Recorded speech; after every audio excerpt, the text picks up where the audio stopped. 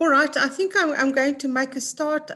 Our participants are still coming in, but we can get the preliminaries out of the way and get started with the webinar. It's a really exciting webinar this afternoon. So thank you very much, everyone, for joining us this afternoon, and also for your interest in Region Connect. I hope you have all registered and you are participating, and that in the future you will make more use of Region Connect to build a network of colleagues and friends and other alumni. So please go and register and participate on Region Connect. So with that out of the way, I would like to say good afternoon, friends, colleagues, alumni. Welcome to Region Connect's Employability Future Fit webinar. My name is Ronelle Blom. I'm the Academic Dean of Region Business School. Now, this is such an interesting topic. And as you know, there's been a great deal of attention given to the concept of employability over the last few years. However, what employability is not commonly understood. The other day, for example, there was a question in a different webinar in a regulatory committee, which was asked, but what about employability of our students? And the comment was, we can't only narrowly look at skills. And so for me, that is a great misunderstanding of what employability is. And there's one definition I quite like, which is a bit more all-encompassing. Namely, employability is having the set of skills and knowledge and understanding and personal attributes that will help you to become more work ready, whatever form work may take. So it's not a narrow definition of being able to do something. It's also being able to understand and know why you do certain things and displaying certain personal attributes. So in line with that, this is what the webinar actually wants to address. So your CV or your curriculum vitae is a great way of displaying these skills, knowledge, and attributes. Unfortunately, as we've discussed just before you all joined us, sending in a CV may mean that yours is one of hundreds or sometimes thousands to work through. So the question that we have to ask ourselves is, how do you make yours stand out? How do you make it pop and make it interesting so that somebody reaches out and says, I want to have a look at exactly that? So someone who understands all about this has joined us this afternoon. And I'd like you to welcome Ms. Cindy Norcott, the CEO of 2 award-winning recruitment agencies and an expert on the preparation of your CV. I can assure you she has read thousands and thousands, if not hundreds of thousands of CVs in her long career as a recruiter. So she will show us how to present your CV as a sales brochure that will display your skills, your knowledge, and your attributes to its best advantage, and hopefully make it be the one that will be picked up and read through. So thank you very much, Ms. Norcott, for joining us and for being willing to share with us how to be unstoppable, which for those of you who don't know is also the title of her book, and I'm certainly going to try and find a copy for myself. So I want to just, with those few words or the words of introduction, thank Cindy for spending her time with us this afternoon, welcome her and hand over to Cindy. Thank you, Cindy. Thank you so much, Dr. Blom. And I'm really, really excited to be here today to discuss something that literally could change your life. I've been a recruiter for 30 years, and I must say, Dr. Blom is right. Sometimes in a week, I go through thousands and thousands of CVs. Apparently, on average, for every job, there are normally around about 250 applications for a job. So if you think about it, you might think, well, I know I'm exceptional, I'm amazing, and I can't believe that my CV is going into a black hole. But why do I send my CV and I never get a response? It's those dreadful recruiters, they are unprofessional, or those hiring managers. But I think it is literally the sheer volume of CVs that people are dealing with. So the one thing I could say to you is time. So if you think about it, if you are sending your CV out, you see an advert on PNet or LinkedIn, or doesn't matter where, IOL jobs, if you can get your CV there quicker, that's going to be better. I'll give you an example of what I do. From my side, as a recruiter, I might give it a day or two to look at CVs, and then from there, I'm going to stop looking at CVs, because I will get a nice shortlist based on the number of CVs that have come through. So from your side, if you see an advert, can you just try and send it as quickly as possible? Otherwise, you might be one of those people. So I might look at the first 50 to 100 CVs, but you might be candidate number 220.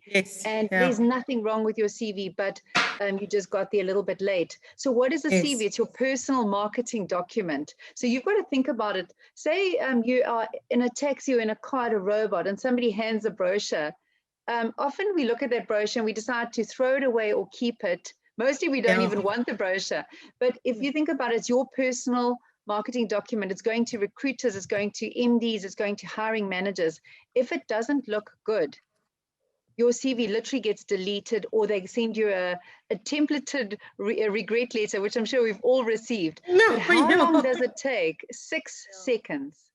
6 seconds on average for a recruiter to go, okay, I'm looking through, I'm scanning. Sometimes you don't even get your work experience because you don't have the right, maybe you don't have the right qualification or education. You might be based in an area that's too far from the job. It could be anything simple like that.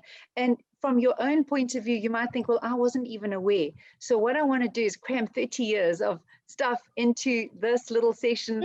And in the end, we've got a lot of time to answer questions and that. So let's go. So the first thing I wanted to say to you is you've got that 6 second rule. So people are going to decide so quickly.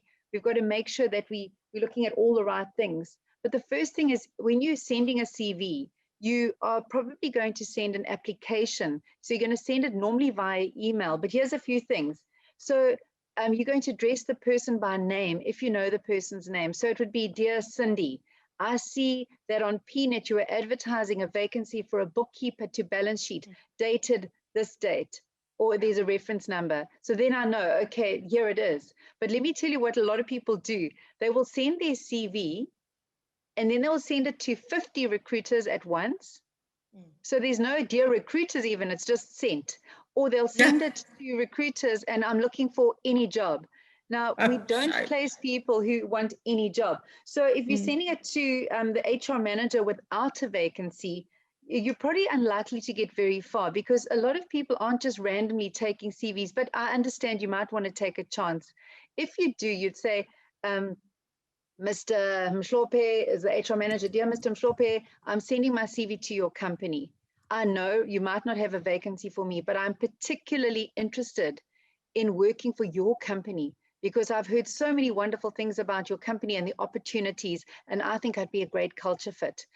Here's my CV in the event that you would consider interviewing me sometime, or I would be happy to come in and shadow someone, or I'd be happy to come in and do some skills assessments to see. So I think that's really, really important. But then sometimes we get the other extreme. I'll get an email from somebody and their covering letter, or the email in the, it's not, Dear Cindy, I'm applying for the bookkeeper job. It's, Dear Cindy, you don't know me, but here's my story. I am desperate. This is what happened 15 years ago. This is what happened 10. And then you get a long story about the person's emotional problems, the dramas they've been through, and why they are so desperate. Again, the employer or the recruiting manager is tempted to click delete. So just be careful on that side. You really want people to kind of see a professional outlook, even if you are desperate, even if you have had terrible times. Most people are not going to take pity on you and go, oh no, that's terrible, let me help you, unfortunately. Also, if you are sending your CV to 20 different agencies, let's say you're doing that, which there's nothing wrong with doing that, but don't send them to all at once. Rather send them to info@ABC personnel, and then HR@XYZ recruitment, and then say to the hiring manager or to the recruiter. Don't send them to all together, because then every recruiter thinks, oh, well, why should I respond? You sent it to so many people. Okay. So many, yeah, true. Yeah, you want to send it to a few. If you email your So CV, sorry, Cindy, can I just ask you, so I mean, that's a great point. So in other words, you don't want to have a list of people that you in your send not box. at all. Not at all. Yes, so it's one by one, and it's Yes. as personal as possible. Okay. Absolutely. So you look like, it actually looks like you're making an effort. It looks like this application, you care about it. Because now if I see that you care about it, I care about it too then, you know. Yeah, you know, you've got such a big chance of being ignored if you send it out there and you just haven't sent anything. You've just sent it, and then people go, I wonder. And or me as a recruiter, if I'm working as a recruiter, I'm probably working on maybe 15 specs at once, 15 positions. I don't know which position you're applying for. So that's so. And here's a few more tips about your CV. You want to keep it as short as possible. What I might suggest you do is you might have 2 CVs. You might have a one-pager, which is almost like a profile, and I'll give you some examples as well. And then I'll give you an example. I think a 3-page is also a great one, especially if you've got a lot of experience. Now, if you are a young graduate or you have less than 5 years experience, I really believe you can put it beautifully on one page. Also, sometimes employers, what they do is they print it. Now, I remember once interviewed a young 19-year-old lady. She had just finished a 1-year course and she had a 19-page CV. That's a problem. And she included the most ridiculous, something that she got in primary school, like raising some money for something she did in primary school. If that's your greatest achievement, you must hide it. Okay. So you also don't send a scanned CV. You always send it in a Word or PDF format. The nice thing about a PDF, it'll keep your spacing right, but sometimes clients, and then they can't really change it. But sometimes clients ask for it in Word because they actually want to put it into their format, especially if it's a recruitment agency. So make sure it's well formatted and that everything looks beautiful. So you want it easy on the eye, like a flow, that people look, this makes sense. I would encourage you to take a recent photo, a little head and shoulder photo. You don't have to, but what we get often as recruiters is often the selfie with the pouting lips in the bathroom, held up high. No. A photo in the car, and I think that's not so professional. Or it's a photo with the person next to you sort of chopped off. So just make sure you've got one nice photo. You don't have to go and get anything professional made, but I think it's important to get that. You also want your personal profile. Now, this is a fairly new thing. So when I started in recruitment, we didn't worry about profiles as much. But the profile is just saying who you are. It's a brief description about you. It's what you want, where you're going. I think that's the most important thing. So if you can just include that little section, it's who you are, what can you offer the company, and what are your career goals. So it's such a simple little thing, but it's quite beneficial. Also, as recruiters, the one thing we say all the time, these a few things we say. The one thing is people, we know to notice patterns. So here's the thing. If you had 5 jobs, okay, but you lasted each job 1 year in each job for 5 jobs, guess what? Past behavior is the best predictor of future behavior. So if I see that and you're applying for a job, I'm thinking you'll probably stay here for 1 year. Okay, so though we start looking at things, we're trying to create patterns from looking at your CV. It sounds really cruel, and we are probably very cynical and jaded and suspicious, but that's what we do.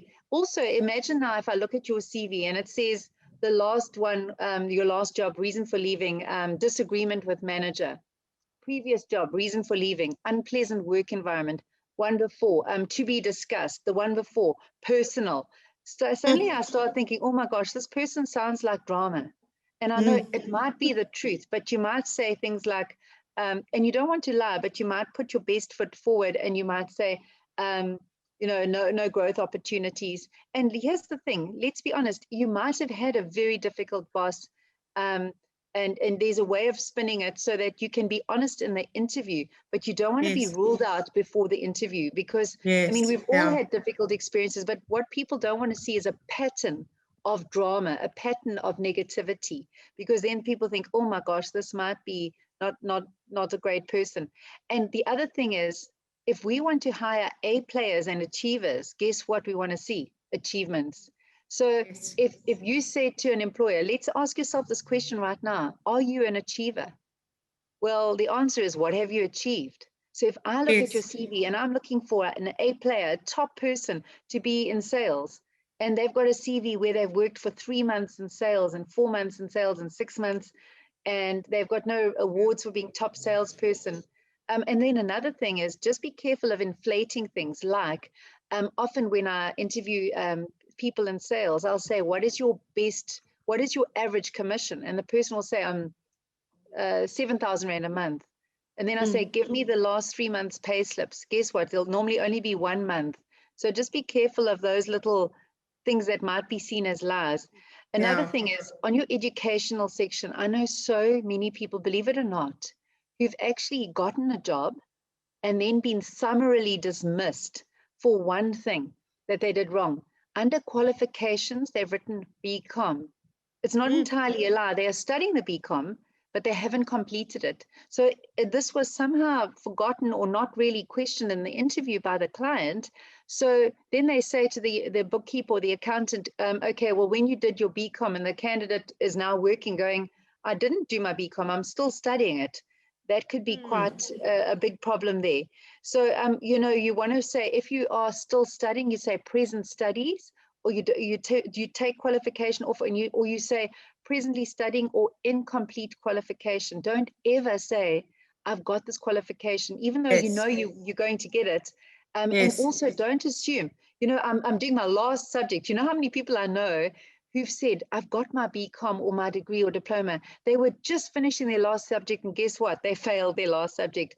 That in itself indicates lying, so we don't want to be that. Also, gaps in CVs. Okay, now if I see somebody with a 5-year gap in their CV, you know what I think? Westville Prison. I don't think they took 5 years off to have a baby. They stayed at home, or they were studying, or they were volunteering.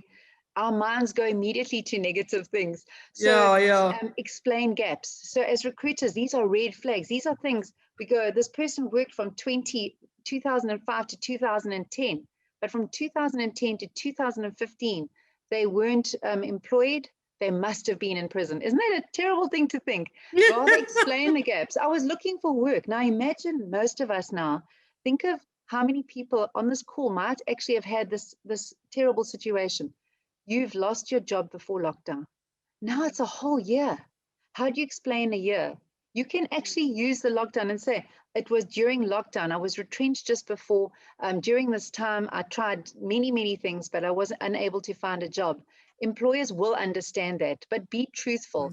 I know some people who, what they've done in their CVs as well is, say they finished a job in January 2016 and they started the new job in January 2017. What they do is they just make the last job end in December 2016. It's not true, because when we check the references, that employer might say, no, John didn't work here for 2 years. He worked here for 1 year. It was exactly 1 year. So if I see one lie on a CV, I'm looking for more lies. I want everything to match up. And what happens sometimes is an employee will say, or a candidate will say, I'm not putting that company on my CV. I was only there 4 months. But if I found out afterwards that you worked somewhere for 4 months and didn't put it down there, I'm concerned. What else are you letting, rather put it there and say, I worked there. It didn't really work out for me. I tried it out. I didn't like the culture, or I didn't like the work. And then you can ask. So we really want gaps in CVs to be, there are no gaps in CVs. They must be explained. Reasons for leaving must be put there. And we want to see a record of your achievements. Be proud of them. This is your brochure. I don't know if you've ever had a brochure of something. It looks so beautiful. Maybe you were looking to buy a flat or to rent a flat. The brochure was so beautiful. Then you go and see the flat and it's nothing like the brochure. Or you go on a holiday and there's a brochure of the holiday place, and then you go and see the place and you think, this is nothing like it. We want the brochure to be the best version of us, not completely different, that people go, there's nothing like this person. We also want your personality to come through in your CV if possible. So what you also want is, now people my age who are very old, we can't see. Okay, so if your font is too tiny, We literally can't see your CV. So somewhere between 10 and 12 is a perfect size, unless you've got headers, and then those could be like 14 to 16 size, okay? And use an easy to see, lovely kind of like an aerial or something like that, which is easy to see. I think that's important. Don't type your CVs in capital letters. That can look like you're shouting at the person. It's also hard to read capitals as well. Don't include a table of contents. That was old-fashioned from years ago. And you know, we wanted to be small. We wanted to be as small and concise as possible. Remember now, people are living in a fast world. Everything we're doing in life is fast. Recruiters are trying to hire fast. So if you've got a long, boring, laborious CV, you're going to miss out, I think, on some things.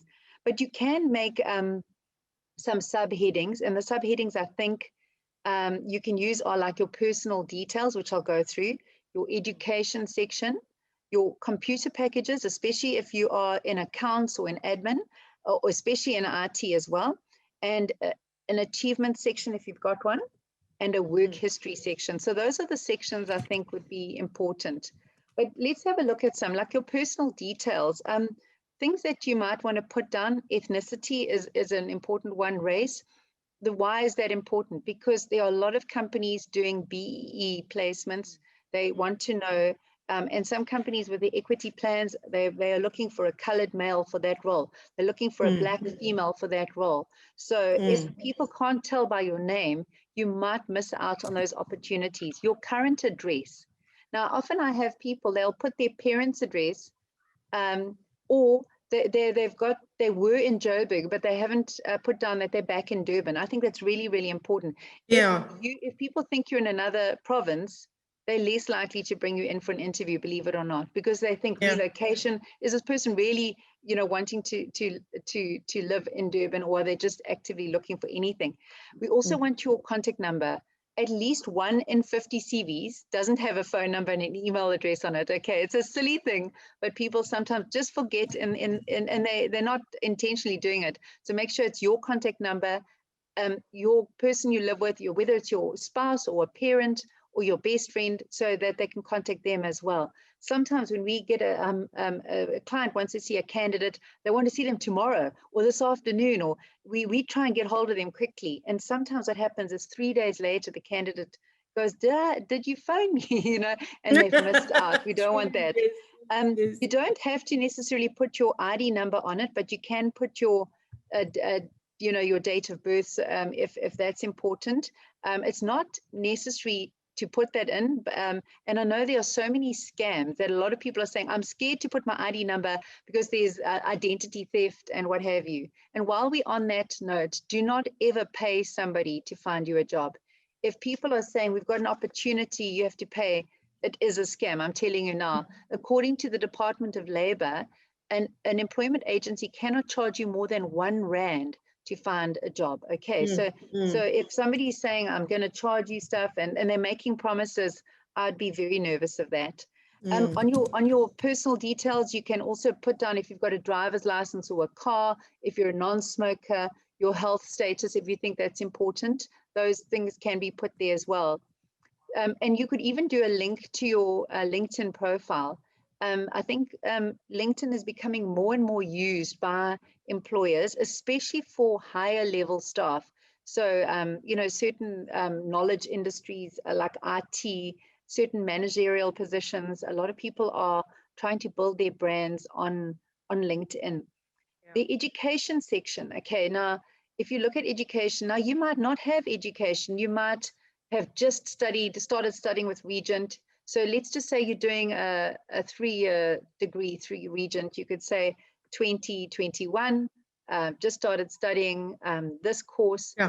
These are the modules I'm doing. But then you'd go back to your highest standard. So you would say matriculated at this school this year. You could also include your symbols and your aggregate if you are a junior candidate. I think if you've got degrees and diplomas, that's not necessary. But if you are, say, 22 and under, you don't have a lot to show in your CV. You might want to do it, especially if you did well at school. You'd also include if you got a matric exemption or a varsity pass, even if you didn't use it, It's something that employers are looking for, and any leadership positions you had at school. And also include anything else, because remember, we're looking for evidence of achievement. So you might not have done very well at school academically, but you were the first team rugby captain, or you were the drum majorette captain, or you ran the volunteer thing or the SRC. So those are all things that we're looking for candidates who stand out. What makes you stand out? Okay. And then if you say, for instance, you've got a diploma, a 6-month diploma, you've got a 3-month degree, a 3-year degree, and an honors degree. You would, in your education section, you'd start off with your honors degree and your details, then your 3-year degree, and then your diploma. Okay, so you wouldn't say BCom and then BCom honors and then your masters. You would always start with your highest qualification. So you can also include a list of courses attended and certificates you've got. So say, for instance, you did a first aid course, you did a 6-month bookkeeping course, you can include those as well. It's important. And then under computer packages, you might want to include, so let's use an example. You're an admin person and you know MS Word, you know Excel, you know PowerPoint, you might know QuickBooks, Pastel version 5, it doesn't matter which one. And then you could write down your proficiency. So you could say MS Word excellent or advanced, Excel, I'm an average user, or, and then you might say PowerPoint basic, and then you've got all the documentation there. But just be careful of inflating, because what happens is, you know how often we have a candidate who does all that and they go, I'm advanced at Excel. Let me tell you, Excel is such a complex program. You might think you're advanced, but you might just be basic. You might just do the basic stuff well. Then they ask you to do pivot tables and macros. And then we have candidates looking quite lost and scared. So often they will test you. And you know what? We'd rather you said, I'm a very basic user. I've only used it for a year, but I'm really keen to learn, than say, I'm excellent, and you do a test and you get 8% on the test. And on that note, typing, I know typing is not necessarily a big skill that everybody needs these days, but you know how often over the years I've interviewed people and I've said, how's your typing? And they go, 80 words a minute. To be honest, there's probably 1 in a million people literally types 80 words a minute. They do a test. I've had some people say they type 80 words a minute and they type like 12 words a minute. So just be careful about inflating your skills. And I know we want to put our best foot forward, and we want to get the job, but we want to get the job we can do, and we want to get the right job. So I think that's important. And then on the work experience, it's reverse chronological order. So if I told you that my first job was a waitress, okay, that's not impressive. My next job was a shop assistant, also not impressive. Then I was a promoter. And then I was a hostess on a cruise boat. Now I'm the CEO of a company and a motivational speaker and a coach, and I head up a charity. That stuff goes up first. Okay. And then guess what? Because I've been in work a long time, I don't put those old things. It's not relevant anymore. So if, like me, you are not 22 and you're more than double that, I would say only include the last 10 to 15 years maximum in your CV. Or you could even just list maybe previous roles underneath that. You don't have to go back to day dot to when you were the cashier or when you were the waitress, because it's probably not helping your application. So let's look at your work experience. You will say the name of the company. You will say your title. Sorry, I've just got a little message here on my screen. I hope people can't see it. It's from the IT company. Anyway, well, let's carry on. And so you're going to have your dates that you worked. So it'll be March 2018 to February 2021. Okay, so you've got the months, because some people say 2018 to 2021, but they don't know whether it was 3 years or whether it was almost 1.5 years. So put that down, put your title, put your duties, put your reason for leaving. I think that's super important as well. Okay. And then, yeah, as I said, gaps in your CV, explain those gaps, even if it's just I went on a holiday overseas for a year to travel Europe, what a pleasure. And I think that's important. Now, you might have a reference section. This is an area where people get so wrong. So what they do is they will say, So let's say I'm working at Unilever and my boss is John Mhlope, okay? John Mhlope doesn't know that I'm leaving. Now I write their references, John Mhlope, and I put his number down there. Now, as a recruiter, I always ask, listen, does your boss know that you're looking? You know how many candidates go, no, my boss doesn't know. And I go, but why have you put him down? Can I phone him? Oh no, if you phone him for a job, I could lose my job. So Yes. his name shouldn't be down there. What we should do is the previous employer, but be careful because so many people go, well, I don't know, maybe just phone and try, but that's not a good strategy. You could end up having a career limiting move where now your boss knows that you're looking. And next time they want to put somebody on training or promotion, they might say, oh, that one, maybe not. I think they're not that happy. I think they've got one foot out the door. We don't want to be known for that. Okay. Yeah. And then another thing we want to do is we want to put for the referees, we want to put their title, their name, their surname, their title, and a landline. Okay, now there's a lot of CV fraud that goes on, okay? Apparently about 15% of what's on CVs is fake. So we get fake education certificates, we get fake referees. So what happens is, and don't ever do this, this is the quickest way not to get a job. So you might put your friend and put her cell number and say, she was my supervisor or my manager at that company. So I phone her, let's say her name is Sarah, and I phone and I say, hi, is that Sarah? And she goes, yes. I go, Sarah, it's Cindy, I'm phoning from Pro Talent. Can I get a reference on Dr. Blom? And she goes, yes, no problem. Sarah, are you the manager at ABC company? Yes, I am. That's not how we do it. Okay, so what we need to do is we need to phone and say the landline and say, listen, I'm trying to get a reference from Sarah. What is her title? And then that's when we find out that often Sarah is not the manager or the supervisor, but the colleague who's just taken a call. So just be careful. So your person who gives us a reference actually needs to be your direct report as well. Okay. And hopefully somebody you've worked well with. That's why it's so important not to burn bridges. Also, what you might want to do in your CV is list your achievements in your last 3 companies, if you have, or in this company. So it could be sort of things like I implemented a new system. I initiated a Women's Day project every year. I ran the company Christmas party. I did the company golf day, whatever those things were that were achievements special to you. I think that's important. So it could be a special award you got. I was the sales rep of the year or of the month. I was the employee of the quarter. It could be projects you led and what was achieved. So we did the SAP rollout and I was the team lead on that. Anything that was a streamlining activity that saved the company money. Maybe you had a great idea and you saved the company money. You might have had a promotion. So I was promoted from receptionist to secretary to PA to admin manager in the space of 6 years. That's quite a good achievement, I think. Also, if you upload your CV to a job site so that recruiters can find you, there's a lot of keywords that go on behind the scenes. So let's just say you're a marketing person. On your CV, you want under your duties to write, I did SEO, I did search engine optimization, I did social media marketing, I did digital marketing, I did direct marketing. So those keywords come up when people are looking for your CV. I think that's important. You won't believe this. Every single week I get somebody saying, herewith, please find my CV attached. And there's no CV. So just make sure you attach it before you, I know it's just an error, but often I have to go back and say, please remember your CV, where's your CV? Also at the title of your CV, don't write curriculum vitae or CV, write your name. Okay, it's about you. You want to brand yourself, not the word CV.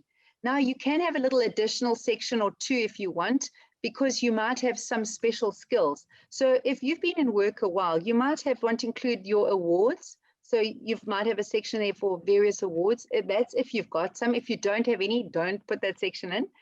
You might have professional certification. So you might be an engineer and you are registered, or you are a lawyer and you're registered with a certain body. You might have even done a publication. So you might have done your master's and you did a thesis on something and it's been published. You might be a professional affiliation. You might belong to the CIS. You might be part of this board. You might also want to include conferences attended if you think that is related to your industry. But again, it needs to be relevant to your industry. Now, what happens? I know so many people are sitting there going, I'm young, I'm 22, I don't have a lot to say. My CV looks so unmeaty. I know because I was there. But you can also include volunteer experience. So you might say, well, you know, I actually worked for this charity, or at school, I did this extra role. So include those things. They do add up. It makes you stand out from other 22-year-olds. I know you can't compare yourself to somebody who's 35 or 40 at the peak of their career. But if I'm looking at a 22-year-old who's never worked in their life, and I'm looking at somebody who said, you know, I did this part-time job, I did this for free, I interned here, I volunteered there. I love that. I think that's fantastic. You might also want to include your hobbies and interests. So for instance, you might be an IT person, but your hobby is that you actually fix PCs for people, or that you actually program things or hack things. I know that might not be something you want to share, but it's important, you know, so put that down there. You might want to include, maybe you've done a really cool project at varsity or at school, or even in your first job, but something that was not part of your job description, but it just adds some meat to your application. You could do that. Young people are doing a lot of freelance work. So you might want to say, I've done some, you know, I've done social media on a freelance basis for this company for the last year. You might even have a personal blog or a personal website. If you do, include those details in your CV. I think that's super important. And then what we want to do is we want to use doing words. We want to, you know, you don't want to say, I did the books at ABC company, and we want to say things like the achieving words. Doing statements like sold products and bring revenue can be changed to increase the profit margins by creating effective sales plans and implementing strategies to solidify client retention. Sounds so fancy, but I think it's important that I achieved this. You know, I did this. You know, I'm responsible for this. I made this happen, rather than just listing the duties. Because people really are looking for people who are achievers, people who are going to make things happen. So just a couple of other things that you want to know about. Yeah, I think your work experience section gets the most attention, that's for sure, because people want to see, they're hiring you for the work you're going to be doing. So they want to see the work that you're doing, the work that you've done, because they're going to probably hire you if you've got a very similar kind of job description to the one they've got. So that's important as well. I also think, you know, it's important, spell check, spell check, spell check. You know how many times the word isn't spelled, it doesn't come up on spell check because it's the right spelling, but it's for the wrong word. So often and it sometimes can be very awkward. So I think that's so important. Also, if you can put numbers to things, do that. So let's just say you were a sales rep and you actually increased the territory's revenue by 45% year on year. Wonderful. As long as you can corroborate that in an interview, if they said, can you show us proof? So I think that's so important as well. And you want to really make it across that, you want to put across that what your unique selling points are, so that people go, my gosh, I need to meet this person. You don't want them just pushing delete. There must be something about you that they go, I'm really, really excited about this person. And you also will tailor your application to the job. So a lot of candidates have very generalized experience. So I'll give you an example. It could be a candidate who'd be equally good in admin, customer service, or sales. It's often the case. We have candidates now. Imagine now you sent an application and you say, okay, so you're applying for an admin job, or you're applying for a sales job, but now you've still got the same details that you sent for the admin job. And you're saying, I have great attention to detail. I'm meticulous and thorough and a perfectionist, and I love to have everything organized. But that's not what a salesperson is. You need to say, change that and say, I am bubbly and confident, and I never take no for an answer. I'm persuasive, and I love building relationships. And so tailoring it to the job. And so you want to work out exactly which skills you're going to point out to that employer, so that they go, yes, that's the kind of person I want for the job. Also read the advert, and this is a little hint here, but sometimes the employers are saying, we need bubbly, confident, dynamic, vibrant individuals. Guess what you say? Hi, I'm Cindy, and I'm bubbly, confident, dynamic, and vibrant. Tell them what they want to hear. So, and then just be careful, keep your CV updated. You won't believe how often a candidate will send us their CV, we'll interview them, we'll send them for a position, and then the client will say, this is ridiculous, I've interviewed them, they had a promotion 3 months ago, or their salary expectation that they put on their CV, not that you need to put your salary expectation on your CV, some people do, but it's not always necessary. But now they're saying they wanted 15,000 Rand, but now they're saying they're already earning 20,000 Rand and they now want 22. So just be careful. If you're going to an agency, make sure it's updated, and make sure before you go to an employer, because they get very angry if they say, well, I was happy to offer you 18 or 15, but now you're saying 22, you've wasted my time, it's out the ballpark. So just be careful. And then, yeah, I think it's just so important. You know, I want to just do some sharing of my screen with you, because I want to show you some examples. Cindy, maybe just before Yes. you do that, Yes. I've had quite a lot of questions coming up, Fantastic. and I don't know whether you want to maybe look at those questions now. Yes, let's do that. Yeah. Before we look at your examples, No I know you're okay. No. So I'm gonna start at the bottom. So there's a question: what documents would be necessary to bring to an interview? So the documents you would need for an interview could vary depending on your skills, but I would definitely bring my driver's license or ID book, because often they would want that information. They would want certified copies, ideally, of your qualification, so your matric certificate, maybe of your degree. I would also bring an extra paper copy of your CV. Now, what I would say to you is I meet so many candidates who make these beautiful, beautiful CVs, and they put them in a beautiful binder, and you know what we do? We throw it away. And I know these are people who are unemployed, or people who are spending 40 Rand or 50 Rand. Just put in a nice envelope and hand it in. So those are the things we want. Now, if you say are a graphic designer or have a portfolio, you might want to bring your like a copy of a portfolio of, like I say, you're a fashion designer, or you've got some pictures of some of the artwork you've done. You could do that as well. You could bring reference letters, but here's the truth. A reference letter is considered absolutely irrelevant if it's on a letterhead, because let's be honest, if we work in a company, we can all access a letterhead and type a reference letter. And believe me, it's been done so many times where we phone the employer and they go, no, I never wrote a reference. So don't worry about having all of those there. A good recruiter or hiring manager worth their salt will be checking references anyway. Okay. Yeah. Okay. All right. Okay. I think maybe because there are quite a few questions, and I'd rather let's do the questions. I'm very happy to do. Yes, okay. I think so. That's why everyone's on the call. So absolutely perfect. Yeah. So yes, let me start at the beginning, because there were quite a few questions at the beginning. Let me just go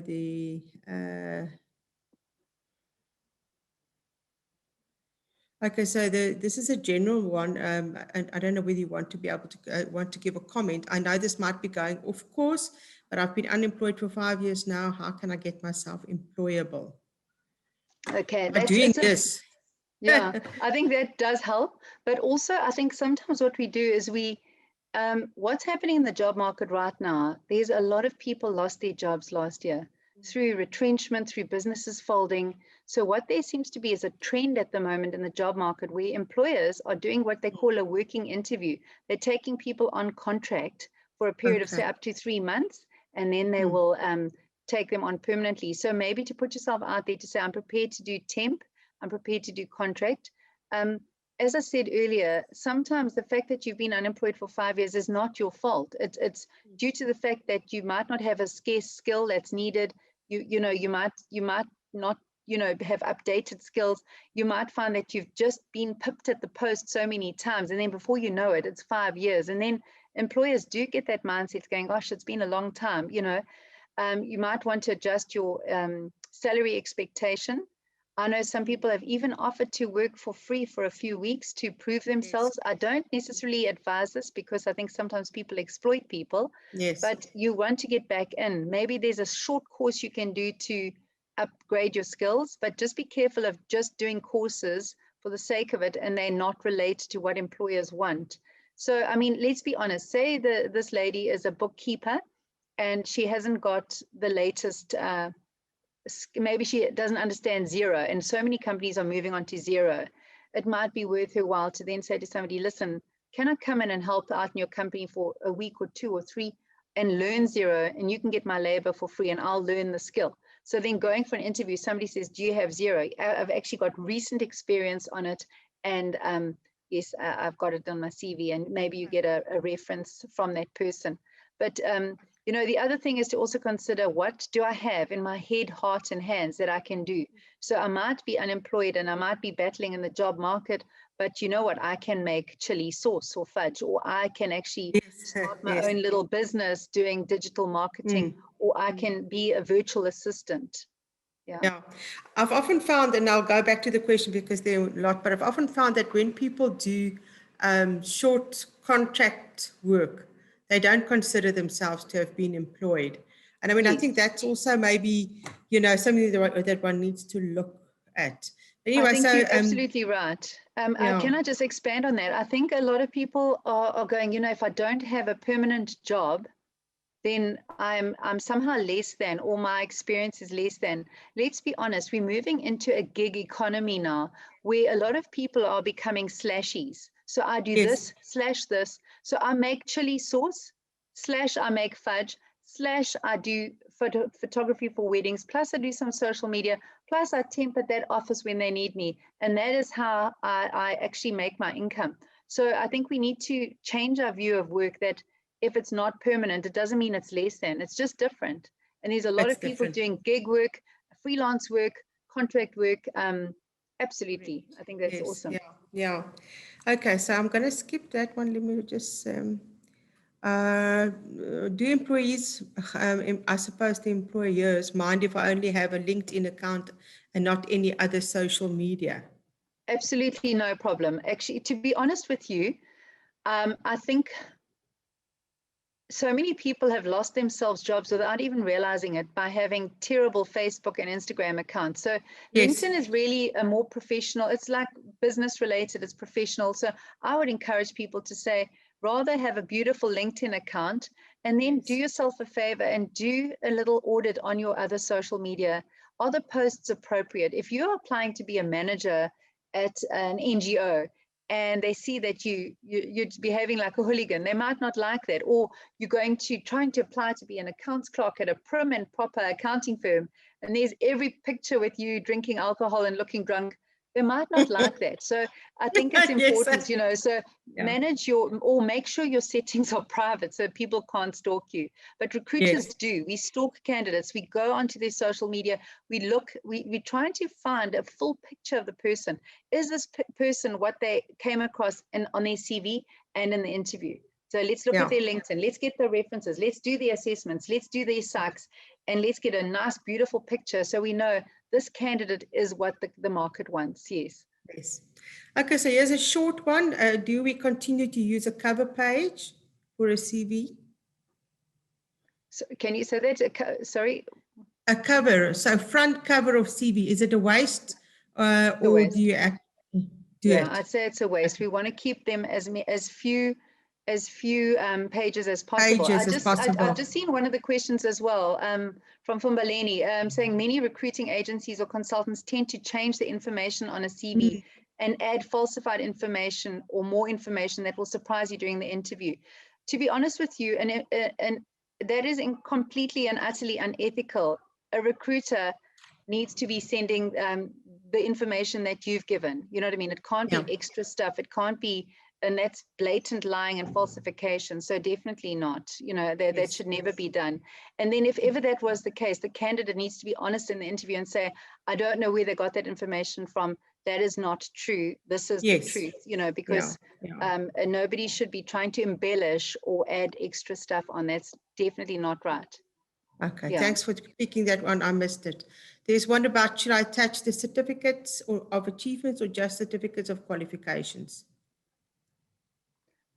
You know, I think if you're sending it via email, what you could do is just send the little short CV, 1 to 3 pages, and then you could do another attachment of these are all my attachments. So this could be your matric certificate and all those others. Then they can go and look at it if they're interested. Absolutely. Okay.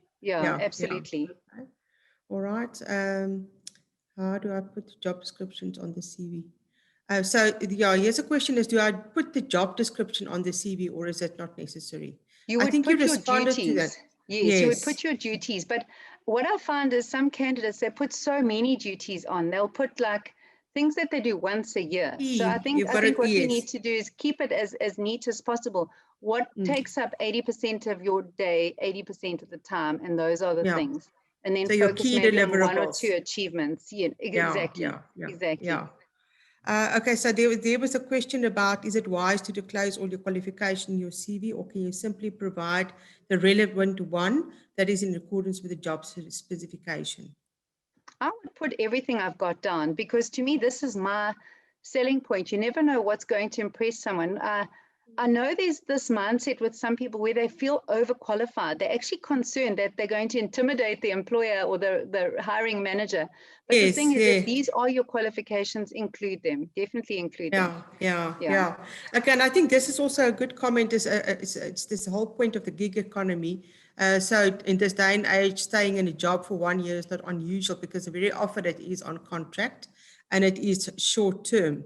So I think that was answered very nicely. Thank Yeah, you. but just to comment on that, if it was a contract for a 1 year contract and you can give the reasoning why. So it could be I worked for an NGO that gets annual funding Yes. from the States, and I was given this 1 year contract. The Okay. funding came to an end, so my contract wasn't renewed. Yes. But Yes. I also think just be that's careful that, okay, something that a lot of candidates do, and I understand why they do this, but this sometimes it harms their applications. So let's say that I worked as a sales rep, and after 3 months, I say end of contract. Let's be honest, most companies do not hire a sales rep on a 3 month contract. no sure. It's too harmful to the company to have a person as their brand. So often what happens is the candidate at 3 months or 4 months or 5 months, the client sees that they're not doing so well, and And then that they ended. Yeah. they will actually dismiss the person because they're not performing, because sales is possibly one of the hardest jobs in my opinion. So I often we agree. find that with candidates, they'll say end of contract, and we can read between the lines that they didn't actually perform in that role, Yeah. and and we're asked to leave. And when we check the references, we get that feedback as well. Yeah. Okay. All right. So we still have a few. Is there a difference in using a CV for achieving an internship? I suppose applying for an internship. Yes, you would need to use a CV for that. It's important. I mean, that's what they're going to use to decide. And an internship is a wonderful opportunity. If you can get an internship with a company, what a pleasure, because, there's normally a structured plan to mentor you, to grow you. And I think those opportunities are priceless. And can I just say, if for anyone who's in their first 2 years of employment, please, please, please don't worry about the money. The money will come. In your first 2 years, chase the experience, chase the opportunities, even if it means True. living in a place you don't want to live, even if it means really taking a job that you think, oh my gosh, this isn't where I want to be. But we really need to get our foot in the door. That's the most important thing. Once the foot's in the door, we're in the door, and then I we can agree. grow up or grow Yes. out. But I Yes. find so many people just go, no, no, no, no. It's, I'm waiting for the perfect job. Well, there aren't too many perfect jobs. So sometimes you've got to take something that's not where we want to be, but it's a stepping stone to where we want to be. And once you've got Exactly. that experience, nothing can take that away. So even if I lose Exactly. my job, I still have those 2 years at that company. Correct. Yeah. Okay. So here's one which I thought was interesting. Can I use power words on my CV? Absolutely. So it could be things like, it could be like I delighted my clients with, my role was to delight the clients. It was to, you can use Okay. whatever words you want. I think it's important. I mean, if you can, and as long as you back them up when you're in the interview, you're saying that, I'm dynamic and bubbly and vibrant. Then I walk into the interview and I'm a little shy mouse. Don't do that. Rather just say I'm steady and reliable Yeah. and honest, Yes. than say things that you aren't, But It, yeah, you uh, can. I really think so. If you've, yeah. especially if you've done the work, and if you deserve those words, put them down there. Yeah. Absolutely. And that links very nicely with the next one is, I'm very nervous in interviews, she says. Oh, How can I inform my recruiter about that weakness? you know what I can say is I remember my first interview. So I will never forget that because I was so nervous. I was petrified. I was devastated, and I messed up so badly. And in hindsight, I wasn't prepared. I remember going to a recruitment agency wanting to be a recruiter, and they asked me what 5 qualities make a good recruiter. I had no idea what they were talking about. I hadn't True, prepared. yeah. And I think sometimes why are we nervous? Because we've never done it before. So use opportunities, do mock interviews, watch YouTube videos on people being interviewed so that it becomes normal that so you're not completely and utterly terrified. And I must be honest, a lot of at least 30-40% of candidates I interview are terrified. They come in there, I can see, and I would just want to give them a big hug because I can see that this is absolutely terrifying. But you know what, just be yourself. You can't be anything else. Just put your best foot forward, and it's okay if you're nervous. Just work through it. It's understandable. Talk through it. Yes, yeah, absolutely. Okay, I see there's still quite a few, and I know that you want to share some slides with us. You know what we can do? If Dr. Blom, we can also email them those slides, which might be even better. So that I think so, because just participants, I would just want to ask the attendees, please don't raise your hand. We won't be able to take comments from the floor, but if you have a question or a comment, please put it in the chat. I see a few people have also put some questions in the Q&A. I will get to them if we have enough time. I see one question here. Can I just answer it? It said, you said keep it small and concise, but also include all past experiences, even if it was just 4 months of working. So that can also be difficult because now some people have had quite a lot of work. So maybe in the last 10 years, there's 7 jobs. So what you might do is you might want to detail you might put details on the last 3 jobs, your most recent 3 jobs, and then just do a table underneath of the 4 before there. So taking you from 2010 to now. So it was, I was a bookkeeper for 4 months at that company, end of contract or company closed. And so you've got that there more, and you can always write more details on request, and yeah, I think that's very, very valid. I think that's a good idea. Yeah. Okay. Okay. So there's some here. I'm seeking for experience purposes. Okay. All right. So this is somebody who seeks employment to gain experience, and I think you've addressed that. And somebody else asked about, is it necessary to put career objectives? Not necessary. It's also difficult because again, that could change according to the job you're applying for. So remember that person who might be good at admin and sales. So if you do, it needs to relate to the job you're applying for. Exactly. But I would use something very generic and general. So for instance, regardless of what job I was applying for, my career objectives is to grow in my career and become, a specialist in this field and work my way up through, constantly proving myself through additional learning and through taking on extra tasks and, and hopefully I can, through mentorship and coaching, I can increase my management and leadership, capability, something like that. So it's so generic, doesn't matter whether I'm an engineer, salesperson or admin, and then I see this one question.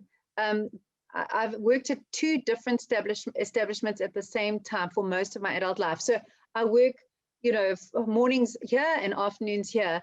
And they were advised by the recruiter to choose only 1 job for each period. Not at all. I disagree with that entirely.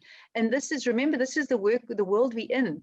Some of us are getting little bits here, little bits there. So there's nothing wrong with saying concurrent or explaining. I worked 3 days a week here or mornings only here and afternoons there. Maybe it didn't suit the recruiter's little grid. Yes. It's definitely quite normal to say that during this time, I had these 2 roles, or I ran a business and I worked here. And I think we're going into that space a lot. Can I also just say something that a lot of candidates are worrying about is credit checks. Okay, so there's this something that employers are going to have to get their head around is that we are living in incredibly tough times. And let's be honest, 50% of candidates will probably have something not nice about their credit. So don't, if you do get an interview with someone and they say, if we do a credit check, will it come out clear? Now, why do they do that? There's a few reasons. Okay, so if you are a bookkeeper in a company and I want to hire you to be the bookkeeper, but you aren't in charge of your own finances, so you're in debt and you're blacklisted, default judgments, it concerns me because I'm going to need you to run my books. That's the one thing. The second thing is it will concern an employer that, okay, but you're going to have access to my finances and my accounts. And if you are in need and so you've got the need, but you've also got the means to actually have access to the accounts, it might be putting you in like literally tempting you. So, but be honest. If you do have credit issues, explain them so that they never are a shock. And then obviously the big one is criminal offense. That is for many companies viewed as a no-no, but rather be honest in the interview. If you get the interview to say, listen, I have a criminal offense, this is what it is, this is what I've learned from it, and I would love an opportunity to try again. But it is a very, very difficult one for candidates, if they have got issues like that on the application. Yeah. Okay, here's another one which I think is interesting. Is this person asked, if I didn't get the job, can I ask the recruiter to explain to me why I didn't get it as a learning experience? Absolutely. But you have every right, and hopefully a good recruiter would say to you, listen, they liked you, but they just felt that you maybe weren't strong enough in this section or not. Sometimes the employers don't give the agency the feedback. Everything's a rush these days. So they'll say, we like candidate number 3, regret the other 2, and they don't give the information. And when recruiters ask, they go, oh, we didn't get the feedback. So it's often you're dealing with the HR manager, but the line manager did the interview. So often we don't get that feedback. And sometimes, but I think it's definitely worth asking because you want to know. You might have a blind spot. You might be incredibly nervous, or you might mumble, or you might appear like you lack confidence. And if they can give you that information, that would really be helpful. It would be. Okay, so here's one from Nompumelelo. I'm going to answer that one because she's asking about studied overseas and looking for a job in South Africa. And the question is about the university not being recognized.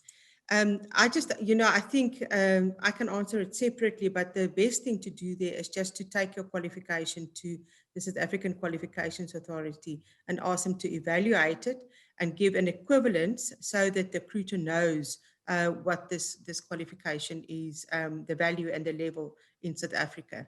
So I think that's a slightly different conversation, but I mean, it's also quite important. So somebody asked, I heard you should not add references for online applications unless specifically asked. Is this true? I'm not aware of anything relating to that. You might say, well, actually, I'm not going to put that down yet until I get an interview with the agency or with the company. I don't see why it would be an issue to put them down. I really don't. I don't see what could go wrong. Yeah. Okay, so I think there are still a lot. I'm going to try and look at some of these at the Q&A.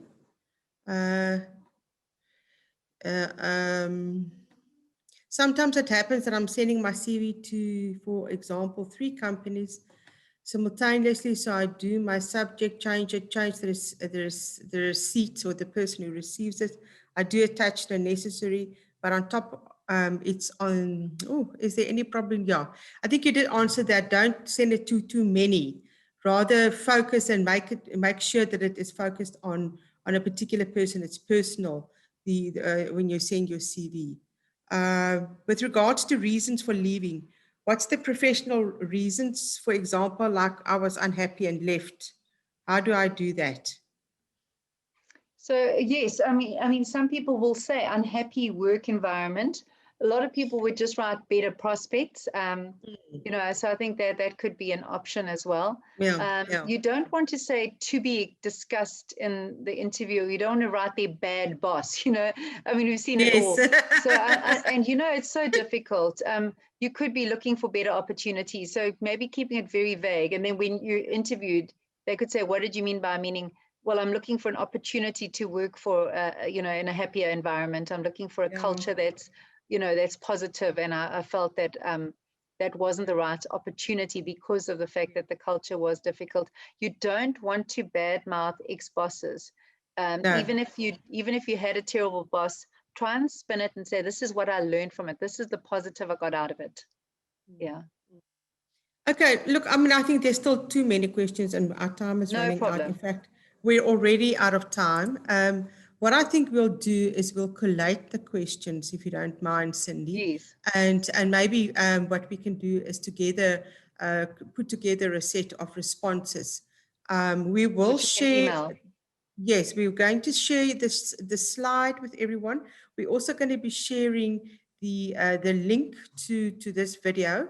It is being recorded, so you will be able to do that. And I'm sure you will also be able to look at the questions and the responses to that.